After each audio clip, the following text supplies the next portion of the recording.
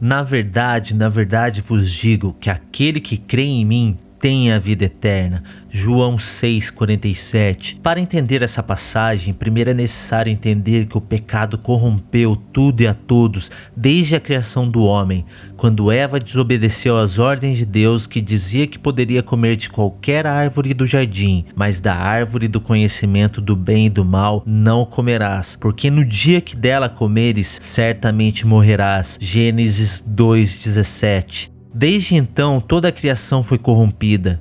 Por isso morremos, por isso ficamos doentes, por isso nos iramos e deixamos de amar, por isso ligamos a televisão e tudo que vemos é morte, prostituição, tragédias, avareza, ganância, entre outros. E não precisamos ir longe para vermos isto, basta olharmos para dentro de nós mesmos. Aí está o pecado habitando dentro dos nossos corações. Literalmente nos afastamos de Deus, qual nos criou sua imagem e semelhança, Gênesis 1,26, e que por misericórdia ainda nos mantém. Viramos inimigos de Deus e nos fizemos igualmente inúteis diante a Ele, como descrito em Romanos 3, de 10 a 18. Não há nenhum justo, nenhum sequer. Não há ninguém que entenda, ninguém que busque a Deus. Todos se desviaram, tornaram-se juntamente inúteis. Não há ninguém que faça o bem, não há um sequer. Suas gargantas são túmulo aberto, com suas línguas enganam. Venenos de serpente está em seus lábios. Suas bocas estão cheias de maldição e amargura. Seus pés são ágeis para derramar sangue. Ruína e desgraça marcam seus caminhos, e não conhece o caminho da paz. Aos seus olhos é inútil temer a Deus. Agora, com o pecado, temos por salário a morte, e após a morte, a justa condenação para a criatura que nos tornamos, e esse pagamento de forma terrível, sendo essa condenação eterna, num lugar onde, segundo Cristo, o seu bicho não morre e o fogo nunca se apaga. Marcos 9,48. Mas Deus verdadeiramente nos ama, muito mais do que podemos entender, como descrito em Efésios 3,19, e por isso Ele preparou uma obra para a nossa redenção, e essa obra foi o seguinte: próprio Senhor, mesmo sendo Deus, veio à terra e nasceu de uma virgem, e se fazendo homem, não teve por usurpação ser igual a Deus, Filipenses 2,7, e se achando na forma de homem, humilhou-se a si mesmo, sendo obediente até a morte, e morte de cruz, Filipenses 2,8. Dentre todos os homens que pisaram na terra desde Adão, Cristo foi o único que cumpriu cada vírgula da lei, e em seu ministério realizou milagres por todos os cantos em que passou, curou todos os tipos de enfermidade e ressuscitou os mortos, e mesmo assim foi açoitado, esculachado, viu seus únicos pertences sendo divididos entre os soldados e morreu calado, como já profetizado em Isaías 53 no Velho Testamento, para que nele fossem curadas nossas feridas, lavados os nossos pecados, e voltássemos a ter a vida como Deus nos criou, de maneira perfeita, sem sofrimento, sem pecados. Por isso a passagem de João Batista, quando viu a Cristo: eis o Cordeiro de Deus que tira o pecado do mundo. João 1,29.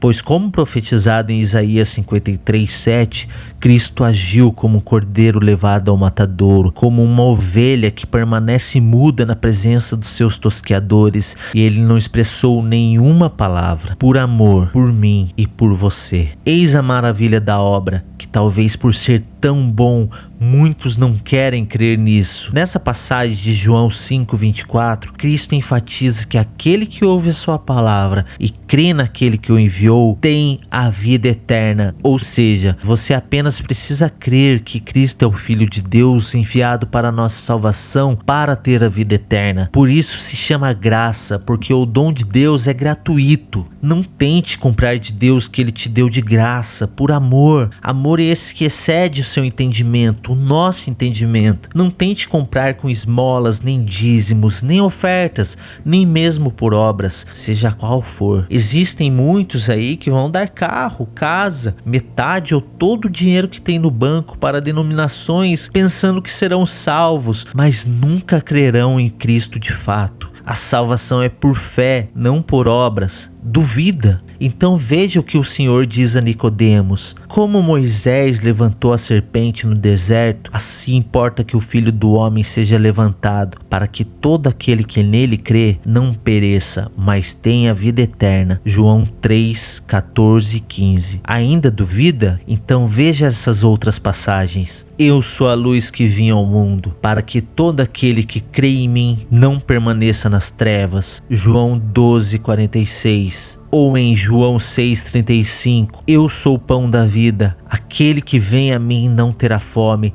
e quem crê em mim nunca terá sede. Ou em João 6,29, a obra de Deus é esta, que creais naquele que enviou. E Paulo reforça em Efésios 2, 8, 9, porque pela graça sois salvos por meio da fé, e isso não vem de vós, é dom de Deus, não vem das obras, para que ninguém se glorie. E outra passagem que diz assim: quem crer em mim, como diz a Escritura, do seu interior fluirão rios de água viva. Olha que lindo!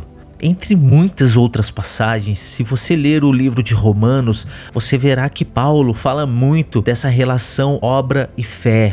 Mas em relação a essas passagens, ouviu Cristo falando que você precisa fazer outras coisas para ser salvo?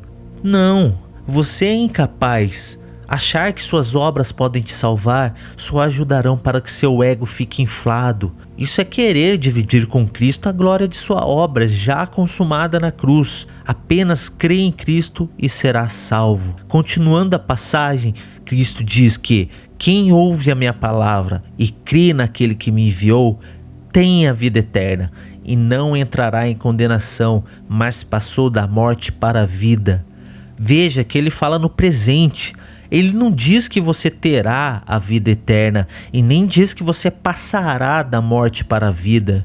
O Senhor fala do presente. O Senhor diz que você tem a vida eterna e já passou da morte para a vida, afirmando que sua salvação já é assunto passado, já consumado. Quão maravilhoso é o nosso Senhor! Paulo diz que se você confessar com a sua boca que Jesus é o Senhor e crer no seu coração que Deus o ressuscitou dentre os mortos, será salvo. Romanos 10, 9. E você nunca perderá a salvação, nem que você mesmo queira. Veja, e dou-lhes a vida eterna, e nunca hão de perecer, e ninguém as arrebatará da minha mão. Meu Pai que mas deu é maior que todos, e ninguém é maior que todo, meu Pai. João 10, 28 e 29. E todo aquele que vive e crê em mim nunca morrerá.